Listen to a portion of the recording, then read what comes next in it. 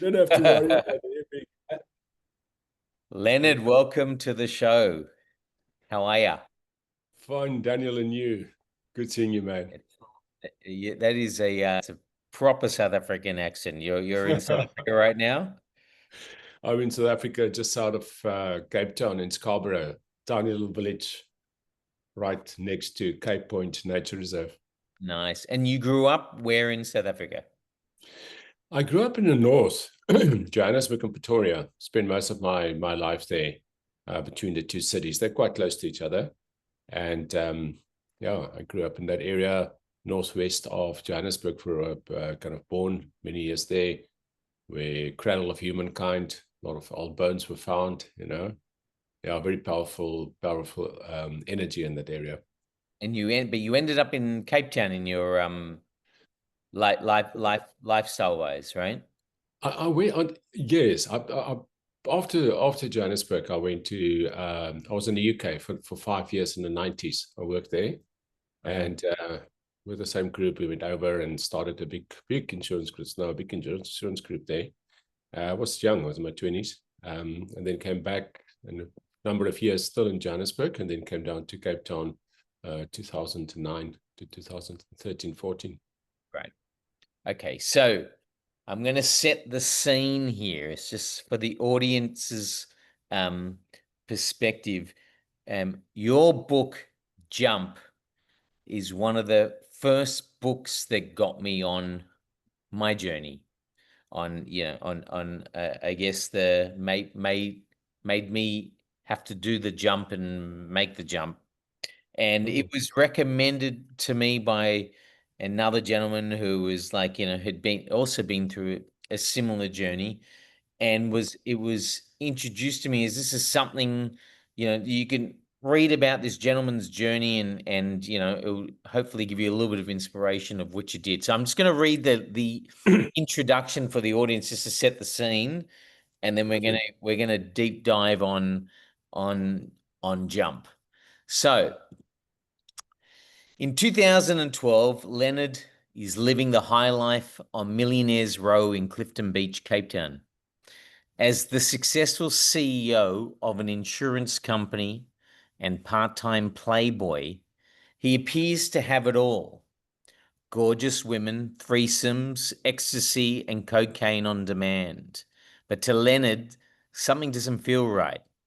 He attempts to drown the inner voice urging him to change his career, life, everything by partying harder.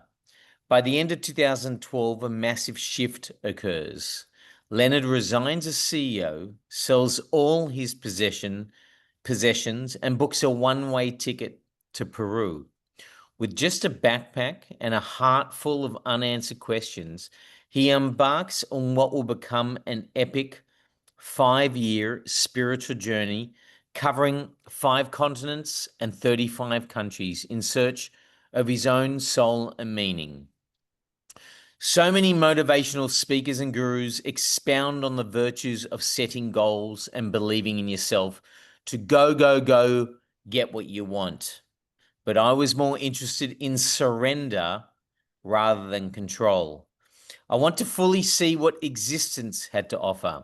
Once all the fearful internal chatter had died down, I was finally able to listen.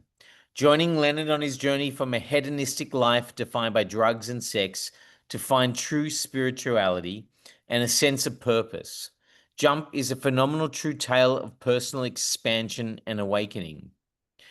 Then he goes on that Louw follows his deeper calling. What he discovers is magical, and the result is one of the most accessible and life-changing inspirational books released in recent years. So to start with, the book was written in a very fun and easy. It was a very like, I'm a reader, but it was like you can literally it's a weekend read. You'll like polish it from where to go because it's got energy, momentum, etc. And it's also, it resonates. I think a lot of people or a lot of men find themselves, in the let's say on the treadmill of life, trying to get ahead financially, take care of wife, children, get to financial security, etc. And it's very hard to jump off that, because this is what we've been, taught from a very early age about what the cycle of life actually is. And why it was inspirational was, holy shit, here's someone who, of similar age, who did all the, what looks like did all the right things, ticked a lot of boxes, leadership role, financially successful, you know, picking up lots of women, which is something that's like, wow, especially for men who are, let's say, stuck in a marriage that they're being challenged with, and like, oh, if only I had the courage. So, and what I really liked was, there's the expression there, but where you said, I was more interested in surrender rather than control. So let's start with, everything was going, like, from what I recall from the beginning of the book, everything's going your way. I mean, you're beautiful. You're living in a beautiful city. Every week you're working hard, you're playing hard, and you're, reaping a lot of rewards in terms of, you're doing whatever you want to do, really. You're partying, you're having a good time. Life's great. What happened? Yeah, so from the outside, it looked very much like life was great, Daniel, but on the inside, it was quite a big turmoil. So the book starts really there, as you know, with the chapter 6, drugs and jacuzzis.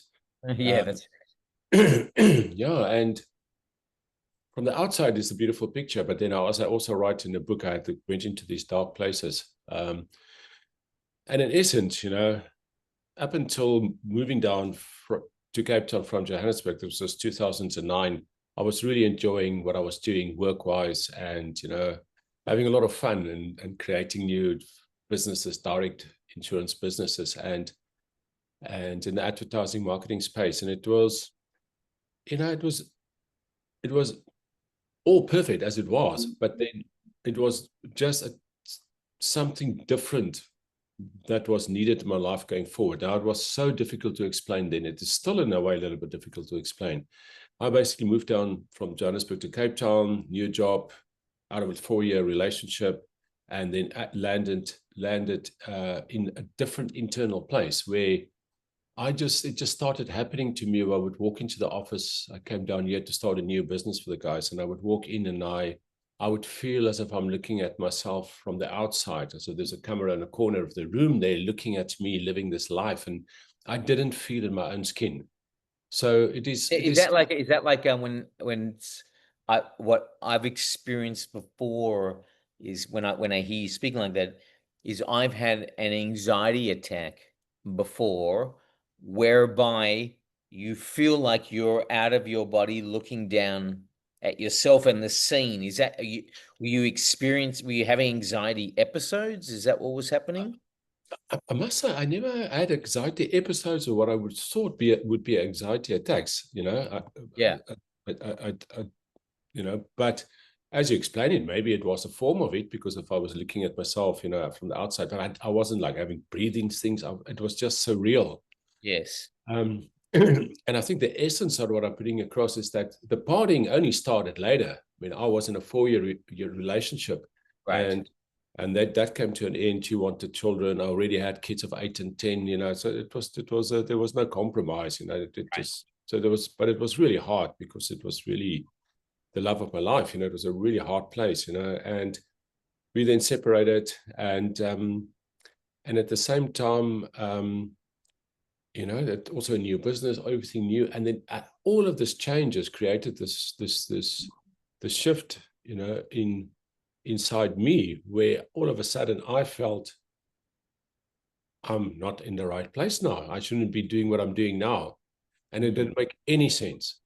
So then I distracted myself with the partying and so forth. So it's a really interesting sequence of events. It wasn't this guy partying in Cape Town and then had a shift. It actually, the partying was actually the cause of the partying was actually distracting myself from this inner voice that said I must do something different.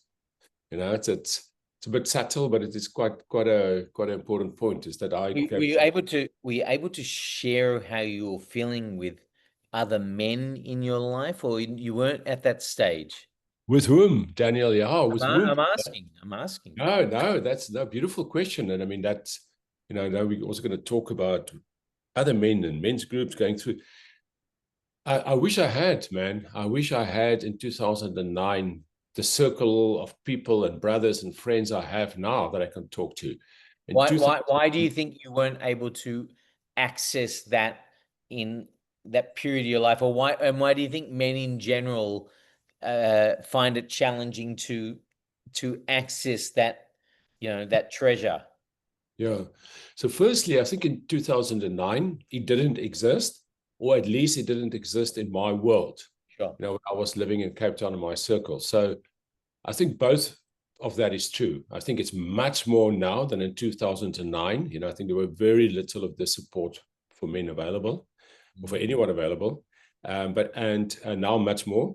But then also in my world, you know, imagine I go into the business and I talk about these things to the guys in business. You know, they wouldn't know what the hell I'm talking on. And I was also the CEO of the business, you know, the guy running the business. How you know, talking to your team about it, you know, doesn't, you know, that install a lot of confidence in them in the business. If you feel like, what am I doing here? I shouldn't be here, you know. So there's almost the loneliness of a leader, you know, that a lot of, you know, I read something the other day in America, CEOs, like, I can't remember the exact percentage, but it's like 50% of them depressed, or 80% are depressed, and 60% is an antidepressant. So I'm making up the numbers now, but it is pretty high. So in those regions. So that's it. So there was no one to talk to, because the business environment I couldn't. And then in my social environment, there was also no one really, because there was no one doing these things. There was no one doing any work in men's work or men's groups, or so I had no access to any of that. A lot of my male friends were in Johannesburg. I didn't really make a lot of male friends in Cape Town. I made a lot of women friends. Yeah. Not so many male friends. And then the women, we were really just, you know, partying and making love, having sex, sitting in a jacuzzi, looking at the sunset. And see, but when you read that doesn't sound so bad. yes, but if you read and other parts in the, you know, that same of course, I'm being facetious, but what I'm saying is, when people read that, they're like, Lenerd, what's your problem? You like have these amazing women every weekend, and you're a CEO and you've got everything. Tell me the turmoil when you describe the turmoil, because there are a lot of people who are aspiring to be or achieve that situation. So what I'm asking you is, what you say on the surface it looks great, but deep down inside it's not so great. Explain a little bit the turmoil and how you actually felt inside. Exactly, brother. Yeah, beautiful question.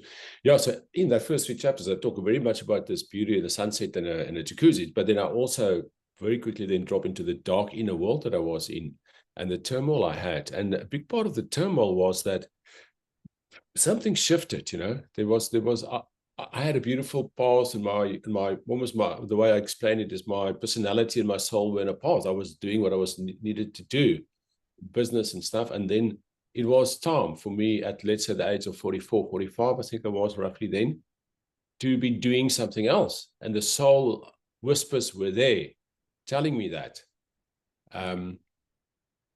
But it didn't make sense for the personality and for the mind. You know? So it was, and that creates almost a split in the personality. So that becomes like you're really torn apart. So you've got a strong inner voice saying to you, you should totally change your life, do something different. It doesn't make what you did before. And sometimes people get that wrong. They say, jump. Yeah, I jumped out of corporate life. Corporate life was bad, and now I jumped, and now I'm in a good place. It's not at all. The corporate or business life for me was really good. I had a great time. But it got to a point in 2009, Daniel, where those paths split. You know, my soul was saying, this is now a new route you need to go on, but not saying what is that route, just saying there's something new you need to do. But the personality was still on this path because everything I studied for, everything I worked for, as I said in a book, you know, studied like 3 degrees university. I now work myself up in business. I live in South Africa. I'm a pale male in South Africa, you know, being white and being a male in South Africa in 2009. You have a job, you know, this, you know, so it's the employment equity, you know, to leave a job in that space is a bit crazy because, you know, the opportunities, you know, that's, yeah, I mean, you know, the setup around that. So the mind was going, but why would you want to change, as you say, this beautiful picture? Plus, you've got also this thing happening with, you know, being now single and being this playboy lifestyle and all of that. And that was really, really hard because I couldn't work it out. My mind was struggling with this context. In the meantime, I was still having to be in a business. So, but in a business, Monday to Friday, at least you're busy. But in Friday to Sunday, I mean, you're on your own, or you're there, you know. So if you just sit and think about it, which is probably the best thing to do, to just sit and think and feel into it and then decide. Yeah. But what do? We hear the calling and we try to distract it. We say no, we distract it, you know. So one way of distracting it, or a few ways, was what I did, you know, the sex, drugs, and jacuzzis. So how long did that, what was that, how long was this period of something's not right? The split, as you describe it. How long did you, you know, have to live like that until you decided to make a call? 4 years, 2009 to December. 4 years like that, in that turmoil. Yeah. It started in 2009. The voices were softer. It was just like there's something off. By 2010, it was getting louder. You shouldn't be doing this. By 11 or 12, it was like really loud. So by December. What does that mean though? When you're talking about really loud, are you like not sleeping? Is it constantly on your mind? Like you talk about the chatter, which we always talk about, the, you know, the itty bitty shitty committee that is just spinning stories in your head. So Yes. how, like, what does that mean for you? It felt I was totally not myself. I was feeling almost as if I wasn't in my own skin. So I must say I wasn't sleeping badly. I always been sleeping. Whenever there was things go tough, I always sleep well. Thank God, you know, grace of God for that. But I was going through becoming from being a very confident guy, I became very insecure, very uncertain about myself, because now I knew what I did before and I was good at it, and now I got to the space of like, there's something out here, and that made me really doubt myself, become less confident. I mean, also not, the business was, you know, obviously also affected, not doing really that great. I was getting bored with the business of what I was doing because it was just a copy paste of a previous business that I was doing for people, and it was like, oh man, this is boring. And I had this voice that got louder and louder, up until December 2012. So this is basically 3 years or so, 3-4 years. It just got to a maximum, you know, when I had what I call my crushing Clifton Beach walk, which I can expand on if you want to. Yes, please do. Pardon? Yeah, please do. Explain. Yeah, so December 2012, which is interesting. Then later, when I was in South America, I came across the Mayan calendar, and December 2012 is actually a profound time in the space of humanity and in the timelines of this planet. But we can get to that later. But December 2012, I was at my place. I was like on Clifton, staying at this one house behind, 2 houses behind from Clifton Beach. And I would just walk down the steps, and I would walking on a Saturday on the beach. And now I don't know if you've been to Cape Town, if you've been to Clifton Beach, and I mean, you know the beauty of it. If you walk on that white sand, it's like white, you know, like white. And the sea is this, I mean, I can see the sea from here. It's like this azure blue, and then Table Mountain is up there, you know, this majestic Table Mountain, and then you've got Lion's Head over here. And so I'm walking on the beach and I'm looking at all of this, and I can tell you what, explain to you exactly what's going in my mind. So I'm looking at all of this and I'm going, okay, this is like a brochure in a tourist magazine. Okay, this must be beautiful. I can see that logically, this is beautiful, but I can't see the beauty in it. So it wasn't as if my breath was taken away and I was just there for an hour or two, like 2 minutes became 2 hours at all. I was there for 5 minutes and was like bored out of my mind. So I walked for 5 minutes and I was like, I'm pretty bored. And I look around and, okay, I can see, people can see this is beautiful. I didn't see the beauty. And that's when I knew I was fucked. You feel me? Absolutely. You were numb. I was numb, brother. And and that realization hit home, that like, if I can't even see the beauty in here and I'm bored, I'm so disconnected, I'm so numb, I'm in pretty deep shit. But you weren't doing any therapy or anything like that at the time. No. I suppose I also grew up in this space with therapy. It's like, okay, back. I'll tell you what. I did see one. I went to for one session at a not a psychiatrist. Similar. Because my friend said to you look a bit dark. Go and see this lady, and I went to see her, and that is once again such an indictment to general these professions, because I had a session with her and she was asking me some stuff and she just, had a little elephant there. Is this elephant evil or not, whatever. And then after it was basically, okay, you're not clinically insane. Okay, goodbye, bye-bye, enjoy your life. Fuck that, Maybe I wasn't clinically insane, but I was in deep, deep trouble. I needed someone to say, go and join some men's groups or read Seat of the Soul or, do stuff, So this is like, clearly I was in a tough place. So it's not that this woman couldn't see that, but her job was, psychiatrist, is this guy mad? Does I need to give him medicine? I'm just happy she didn't give me any fucking antidepressants or anything, because I had a big thing about it. I was taking a lot of other drugs, but I didn't want to take any antidepressants. So that was the thing. Okay, cool. So afterwards I was like, years later, I was like, wow, man, God, it's like, it's actually crazy. But yes, no, to answer your question, I wasn't on therapy at all. And also on any depressants. So I was just very much just trying to figure it out all on my own, which is so crazy because there's so much support and help available, at least now. So this walk was really where it hit home. I mean, after 5 minutes, I went up to my house, called some people, and to have a party. So because it was too much to be sitting with this numbness and this disconnection and being bored. So I needed distraction. However, the message hit home. So I immediately knew it. That we had a party, but I knew something had shifted. And so the next morning, the Sunday, Monday morning, I knew, I'm just I'm surrendering. You were talking about surrendering earlier.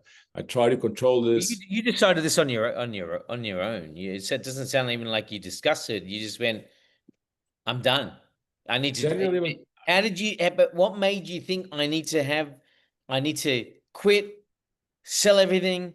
I need to just take off. So I talk quite clearly in the book about that. I went then after this December 2012, when I realized, fuck that, there's a big change. I basically then went, okay, I almost overnight stopped partying, taking alcohol, drugs, anything. I mean, I never took a lot of alcohol at any event, but it was, and also that much drugs, but it was always enough just to enable the sexual activity, if you know what I mean. Sure. But still, I just stopped, basically.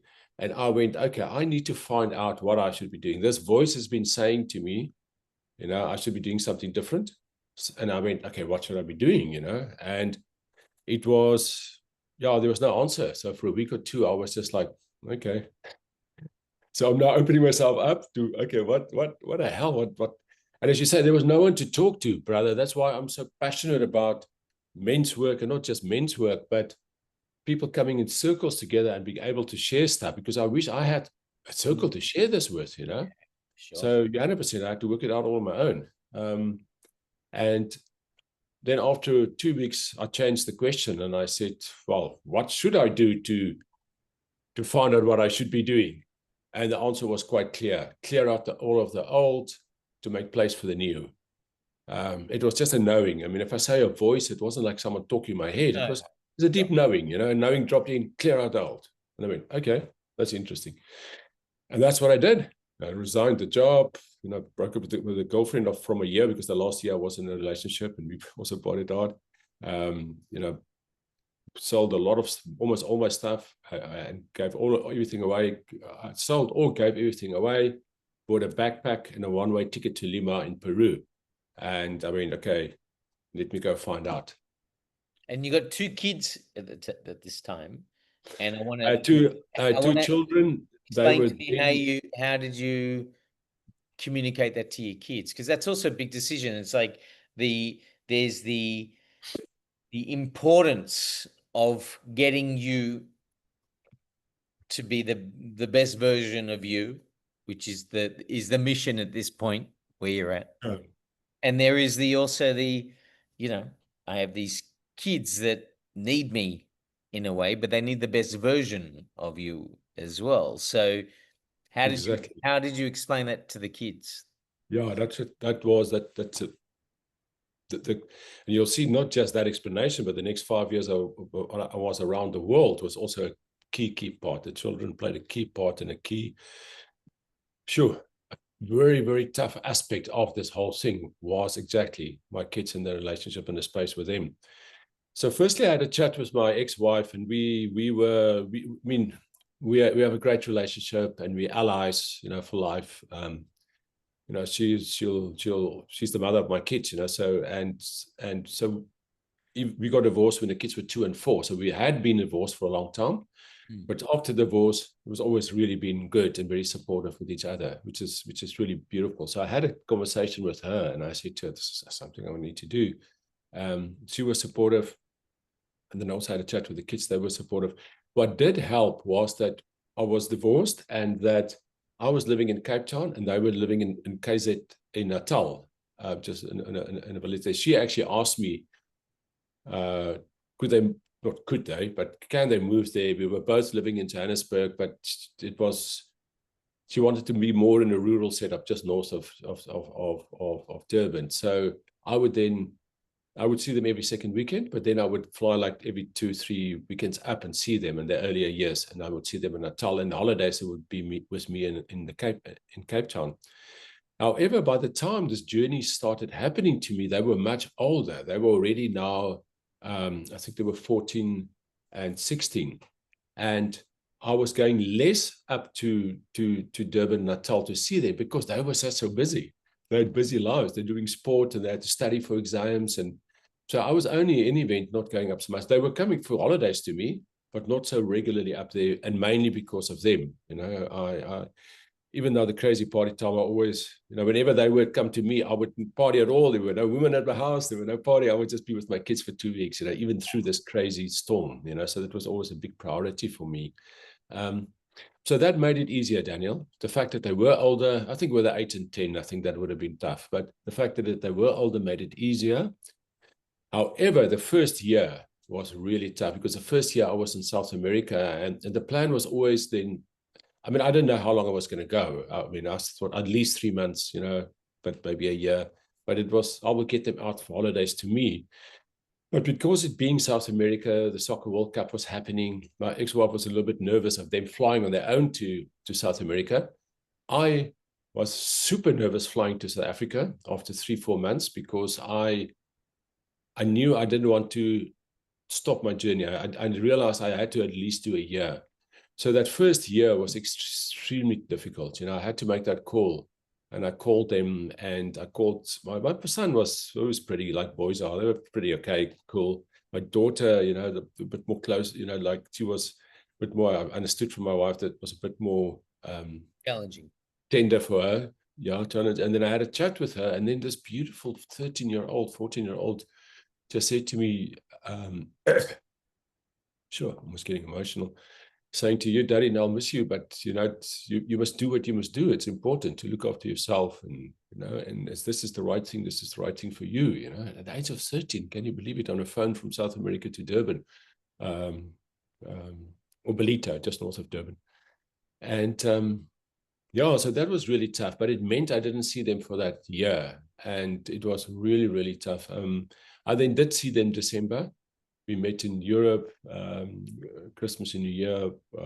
Diane and Helmut, my wife, ex-wife, and her husband was also there.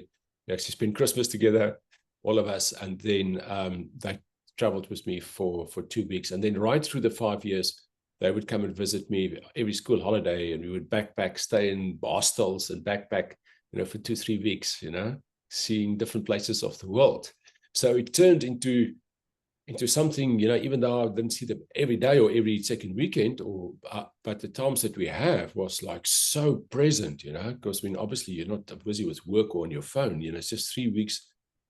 The three of us, and we'd often just book one room in a hostel together, so we're all in one room. So that the quality time and the beautiful time we had from then, for that, let's say from the age of 14 to 19, was really, really, really grateful for that. Amazing. Okay, so tell us about the journey.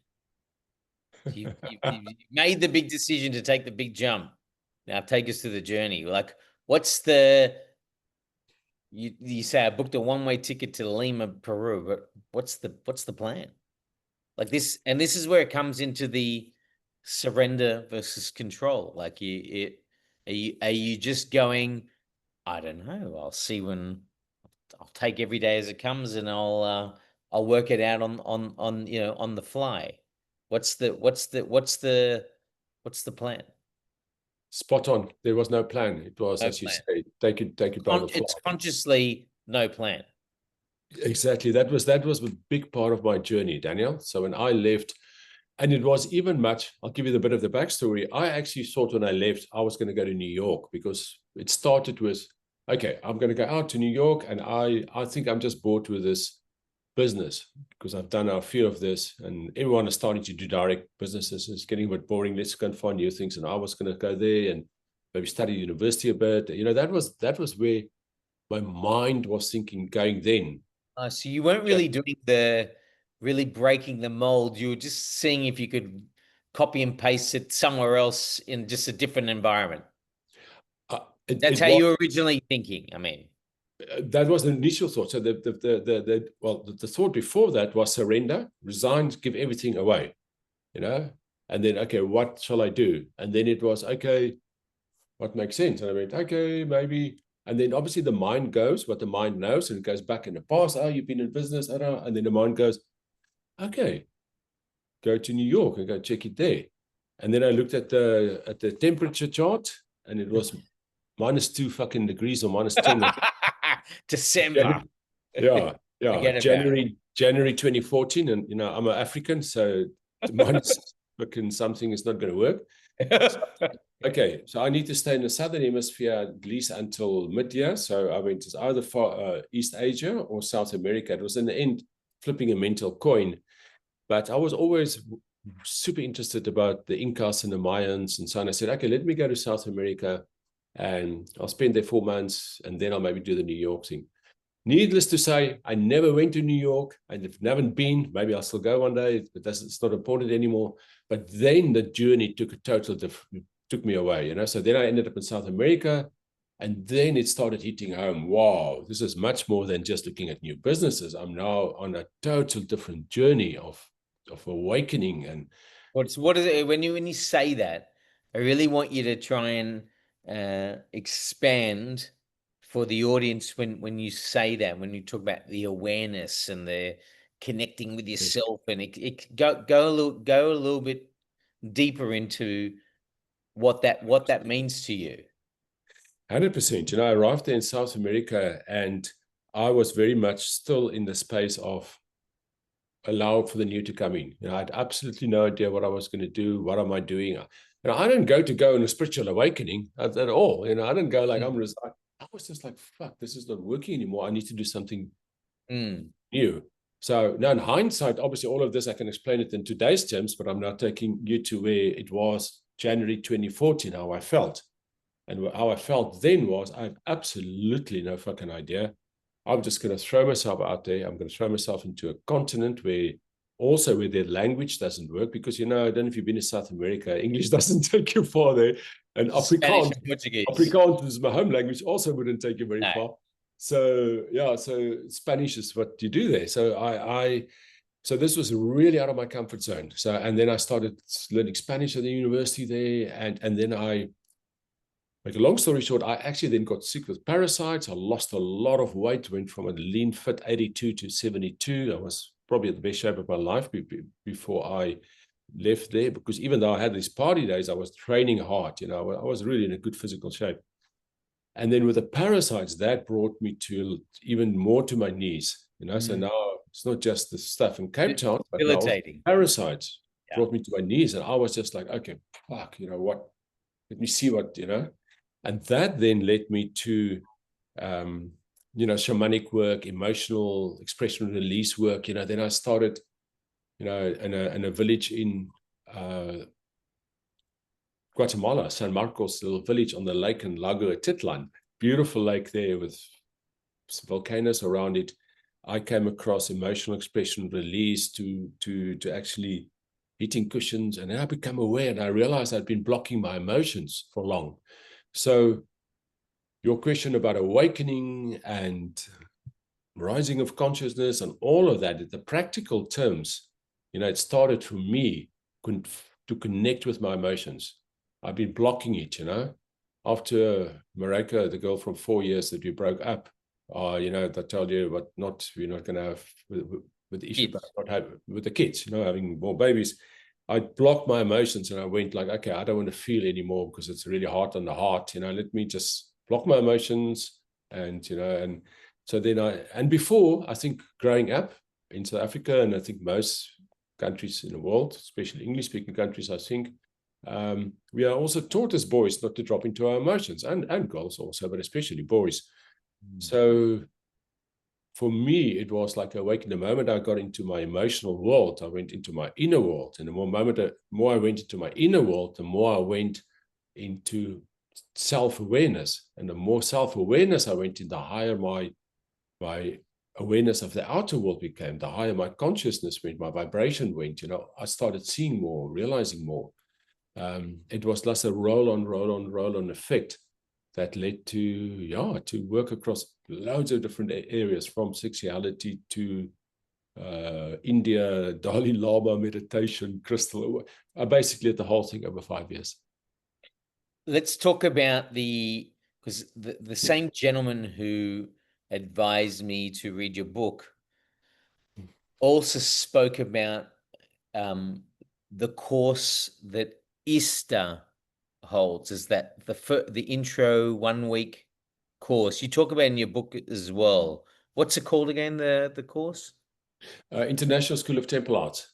Yeah, but what's the name of that first week? Is they call it the level 1, spiritual sexual shamanism. And how would you explain, because that seemed like quite a profound experience for you, as you wrote about in the book, and this gentleman, he also talked about how much it impacted him. What is it that you go through or learn there at a high level, which is not really taught to us in our upbringing? Why is it something that seems like has such a positive impact for both men and women to come into their male and female energy, which is what I got from the explanation of like really understanding the masculine and the feminine, etc.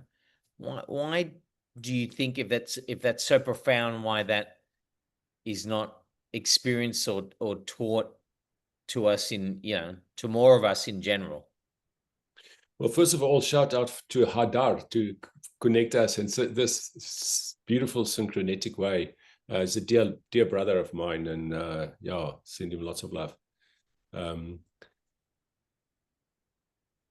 Daniel, it is actually profound. When you're in this 7-day course, you continuously go, why the hell haven't I been told this many years ago?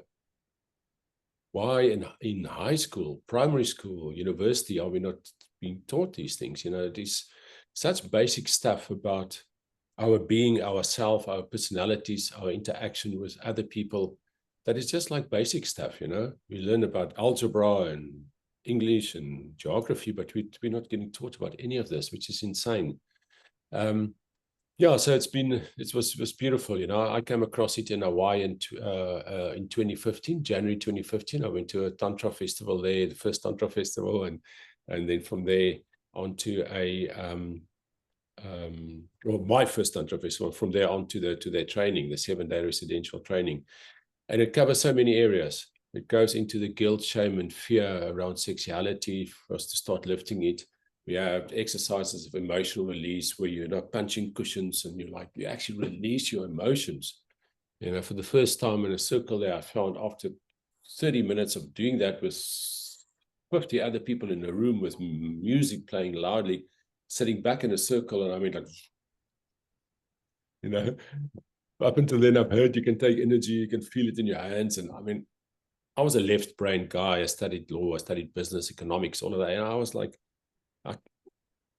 unless I can feel and touch it, it ain't real. You know, I know it sounds crazy now, well, for me to say, but that's where I came from. I really came from that.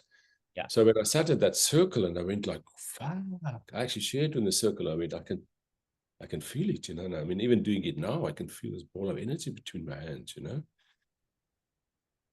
So yeah, so I just brought that home, for example, you know, that can drop into your emotions. In the moment you drop into your emotions, your emotional body can start vibrating. It's not just a physical body. We've got an emotional body also. We've got an erotic body, we've got a light body, a dark body, so much, you know. And then it's just, if I say awakening, what I mean is we awaken to these things. You know, if we think we only got this body, then it's one level of awakeness. If you become aware of the other parts, then you know your level of awakeness increases. And with your emotional body vibrating, also so much easier for your sensual and erotic and sexual body to vibrating.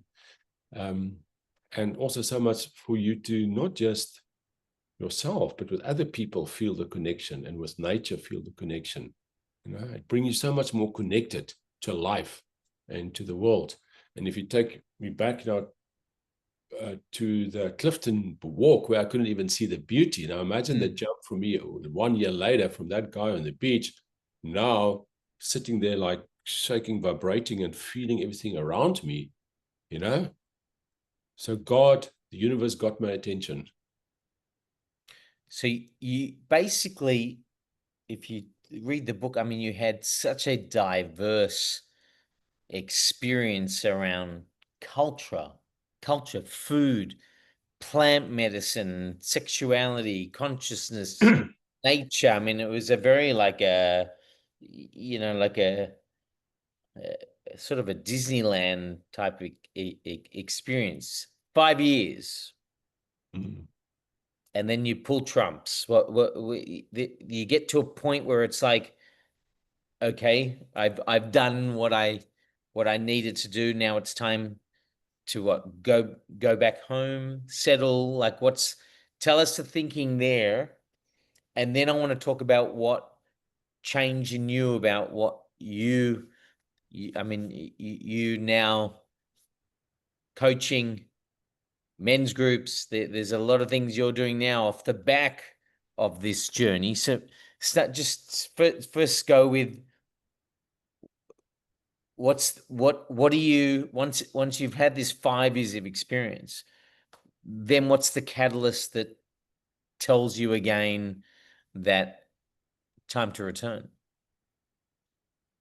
Yeah, so early 2018, I came back to South Africa, and if I say came back to South Africa, I wasn't actually for a visit, you mean? Yeah, because every year or 18 months, I would be here for a month or 2 or 3. And the reason being was also my parents were getting quite sick. And so I would come, that I'd spend some time with them. First my dad and then later my mom. So that I had visits back and forth. And then I would also see my kids, and we have some time here. So that was in essence in end of 2017, early 2018 was another visit in a way. I was like, okay, coming back. And then as I arrived here, I went, okay, maybe I'll stay a bit longer this time, or maybe I'll stay. And then what then happened is this calling to write a book. If I say calling, maybe no, I don't know if it's the right word, but I then started writing this book. So for that year in 2018, I was also very much traveling in South Africa, Airbnb at a place for a month or two, or get a, place on a cheap place on the beach somewhere and stay there. And I was all over the country, the West Coast down into the Garden Route, all over in the North, writing the book basically for that year. So that year was also traveling around, but basically dropping deep into the writing of the book. The book just came out of me over the 5 years. I was sharing on my, well, it wasn't a blog. I actually shared on Facebook, but it became quite a following. And it wasn't even on Facebook before I left the country, but my good buddy and my ex partner Bianca said, please just go on Facebook so we know you're still alive. You're there in South America in the jungle, just give us a note every now and then. So, but that was a beautiful gift from them, because I then started sharing on Facebook some of these stories. I was talking about masculine and feminine integration after my first, festivals, Hawaii and Easter's Day, and this became. I've started writing. I didn't realize it, but this became me starting to write, because now you have to formulate the words and I put it up there. And I was writing about complex concepts like that. And I was also writing about ejaculation and orgasmic mastery for men. So I became in a way a writer. And then out of that, people were saying, oh, wow, I just later on, well, people were saying that. And I started feeling later, wow, I think this could be a book. So I was just following the breadcrumbs. Sure. In South Africa, writing the book, and I'm still following the breadcrumbs and writing the book. Then the big book got published. I was very blessed that it was traditionally published in all the bookstores in South Africa, also on Amazon, Audible, everywhere. And then out of the book, people were starting to asking me questions about things. And out of that, it led to more men's work. And so short answer to your question is, it wasn't planned at all. It was just following the breadcrumbs, surrendering to life, in a way. Before, as the one guy in my Boga journey said, the facilitator, before I was living life, and now life was living me. I landed in South Africa, traveled around writing the book. The book got written. People ask questions about the book. I give some thoughts or guidance on it. It expands more, and I'm just following it where it's going. And I'm still there. You're a coach, like you do personal coaching, one-on-one coaching. And what do you focus on with coaching? What the men who come to you, what are they predominantly looking for, would you say? So I do broad, like what I call a 3-month mentorship, which is actually on everything, the physical, emotional, erotic, mental, bodies, all of it, because almost like in a way, a shortened version of my 5-year journey around the world in the 3 months, to take people through that. So that is something I also do. But then what I also do is, and I never saw this coming, Daniel. So I didn't go like, I'm going to work with men. That if you asked me that 10 years ago, that's the last thing. If you said I would be working with women, maybe, but yes. But I would have never said that, brother. But it's just so beautiful, So now, what as I say, I talk broadly all those bodies, but I also very much love doing or specialize in is also the sexuality part with men. Expand on that. What does that mean? Yeah, so a big part of it is I do, for example, these 21-day journeys with guys called orgasmic mastery, 21 days. We don't ejaculate for the 21 days. You don't watch porn for the 21 days. You have a morning routine of a bit of breath work and gratitude sessions. Before looking at the phone, first hour, you don't look at your phone, and 1 or 2 other agreements. And then in essence, those 21 days take them to become, orgasmic mastery. They learn that orgasm and ejaculation are 2 different things. You can become a multi-orgasmic man, but much more than that, they learn self-love. They learn how to self-pleasure themselves, masturbate without even going straight to the groin. You can just touch your arm and think how beautiful your arm is. They learn what are the areas in your life that you're losing energy with, be it pornography, social media, XYZ, you know, watching too much news, anything, you know. So it leads to the deep journey within. So I call it orgasmic mastery, but it's actually a massive deep journey within. And a lot of guys realize it's much more than just the sexuality part. What's the ejaculation piece? Why is that so important? The not ejaculating for 21 days. Why is that key to the program? So most men are addicted to ejaculation. And, you know, it's a strong word to use and a strong term, but that's just my belief. We often ejaculate because we're stressed. As teenagers, we ejaculate very fast because, you know, and most of us have been taught it's wrong to do. So there's a lot of guilt and shame around it when you do it. You ejaculate every day or a few times a day.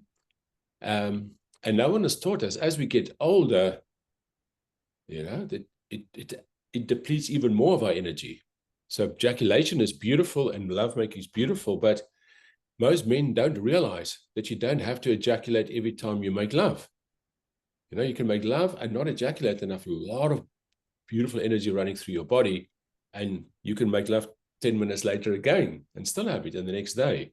So there's a big piece around ejaculation, which is, you know, with every ejaculation, there are like 300 million sperm cells that leave your body. And this is the essence of life, you know, this is the essence of that create life. So it's the best of your body that go. And if you do it in a dirty sock and, you know, 5 times a day, you're depleting so much of your energy. Now, there's nothing wrong with ejaculation. Ejaculation is beautiful. So there's, you know, even in a dirty sock, that's beautiful. But having the awareness, once again, it's about awareness. Is it good once a week or is it good 7 times a day for my body and how I feel? And once you get to feel your body, you realize that, wow, after 2-3 days of not ejaculating, my energy shoots up. And maybe my frequency is more once a week or once in 3 weeks or once every 3 days.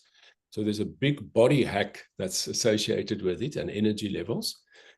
And there's also lovemaking, you know, if you make love with your partner for 2 minutes and ejaculate as opposed to for 20 minutes or 2 hours, the connection in not just the pleasure, but also the heart connection with her is so much better. And her enjoyment is also so much better.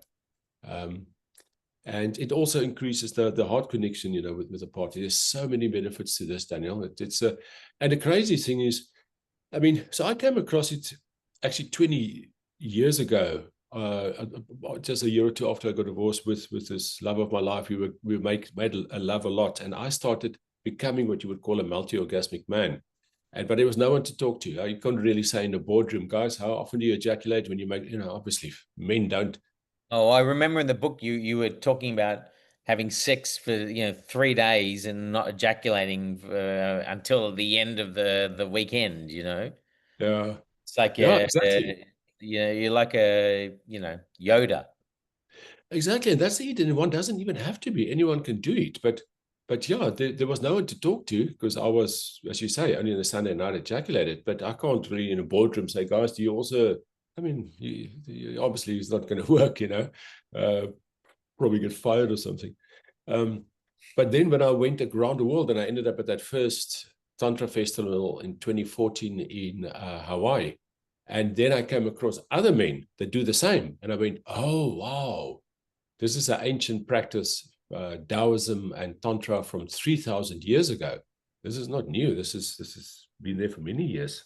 Somehow my body remembered how to do it. So I'm just blessed, you know, it's just grace of God. And then because then in the Tantra circles, then I realized, wow, this is actually a practice that exists for long. I've just been lucky that I've been doing it for 20 years. And then from that place, once again, people ask me questions, and now I share that because I just want to, and I don't want to persuade anyone to do it, but I just want to make everyone aware that this exists. Before we go to we finish off, tell me what happens at a Tantra festival? It sounds like everyone just gets naked and has lots of sex, but I don't believe that's what happens at a Tantra festival. No, not at all. I mean, I suppose you can if you want to, but What is a Tantra festival? So Tantra Festival, my first experience of a Tantra, maybe I'll give you my experience as I arrived there in January 2014. And there was an ecstatic dance. And then at the door in the evening, it says, no alcohol or drugs allowed and no talking on the dance floor. And I went, how the fuck am I going to dance with at least having one beer, you know? And I went, okay. And then everyone is sober, everyone, not even weed, anything, you know? And you would just be dancing and enjoying your body, and you can fall on the ground and roll around and, you know, stuff that in clubs people will think you're crazy. So it's just full expression. You can be yourself, you can be in a moment. There are things like I experience, like eye gazing. You may come across it, you know, where you're like sitting with someone for like 2 minutes looking into their eyes, you know, it's like, you know. The first time I was like, what the fuck is this, you know? And it sounds very, very basic, but it's actually very deep, you know. So it's those type of things. It's a lot of eye gazing. It's a lot of workshops about loving yourself, you know, dropping into your own space, your own heart space. Yeah, there's so much more than sex and nakedness. It's Tantra's a way of being, a way of living, you know, being in the present moment, being with yourself, loving life. Wow. I could talk to you for a very, very long time. There's so many stories. We're going to finish off. I finish off every show with 5 quick fire questions. So I will shoot. Who would you like to say sorry to, given the chance?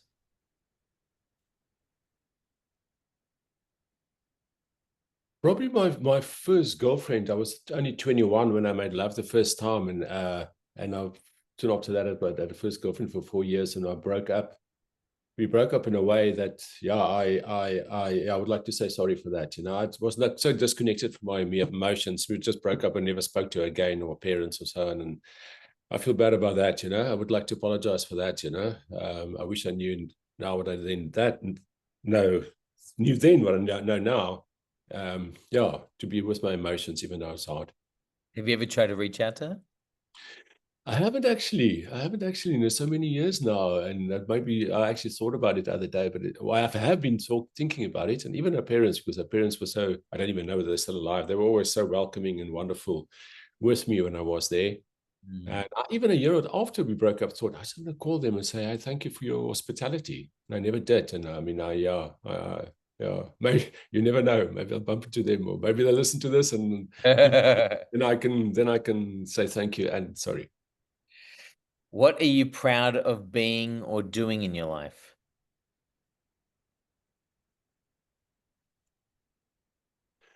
I'm proud of eventually, at least, always listening to the voice, the inner voice of my truth. I'm proud of, you know, like the jump from, you know, when 2013 I made, and also my divorce, you know, that I struggled for the last few years before I eventually did it. And it was the best for me. It was the best for Diane. It was the best for the children, you know. So I'm proud that I eventually, sometimes distract myself, but I eventually do listen to my own truth. I'm very, very, yeah, I'm very authentic with myself. Amazing. When did you receive kindness while needing it most and expecting it least?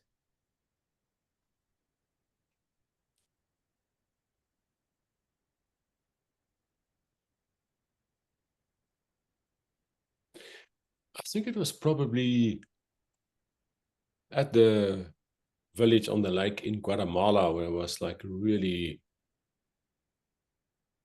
down with the parasites and also emotionally and really nowhere to go.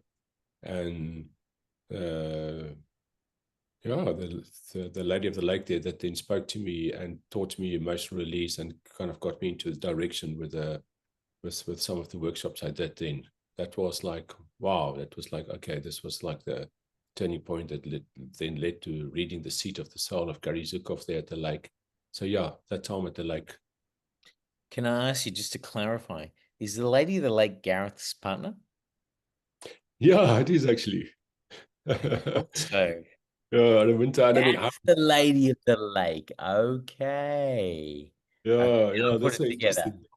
And that, I mean, I wouldn't have even thought about that before if someone asked me or so, but as you asked me that question, that's what came up organically just for me now. I went, wow, that time at the lake was really the time that I didn't expect any help there. And I was pretty much broken and almost like, I think I said in my book, fixing Humpty Dumpty and put him back on the wall again.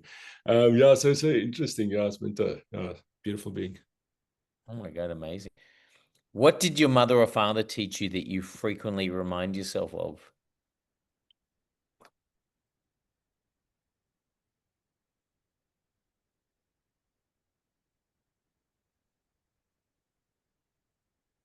Yeah, it's probably my dad. I think both of them to be in the present moment, but then specifically my dad to what is in front of you, what you're doing it now, what you're doing now, to do that at the best of your ability and to just to be with what you're doing now. And yes, future plans are cool, but just be with what you do now and who you're with present now as much as you can. It's a presence. I think present, yeah, very much present and enjoyment of life, to really enjoy the small things in life and be present with yourself and nature and other people. Amazing. And finally, Mr. Jump, what is your superpower? Not being able to ejaculate for 21 days in a row. I'm actually now That is a superpower, let me tell you. When I was reading about you having sex for an entire weekend, and it's for hours. It's not like a little muck around here and there. It's like hours of love making, as you describe, and being able to hold on. That's a superpower. I don't believe most men have that power. That's a superpower. I think you can learn it maybe, but it's a superpower. Well, maybe you just answered my question for me. I was going to maybe a bit more esoteric. I don't know, but actually, give me your esoteric answer. But I think no, I did. I think wasn't that's a even. superpower. No, I think, and by the way, I actually today on 106 days of not ejaculating. 106. And But 106. you made love in between those 106 I days. have, yeah. Yeah. The last time was 23, not the last time. The last time I ejaculated was 23 January, sorry, February, yeah, in Misty Cliff, just around the corner. And the reason I remember it, because we took 50, anyway, we had a workshop a few weeks ago and it came up, semen retention. I went, when did I last ejaculate? And I actually counted it back now.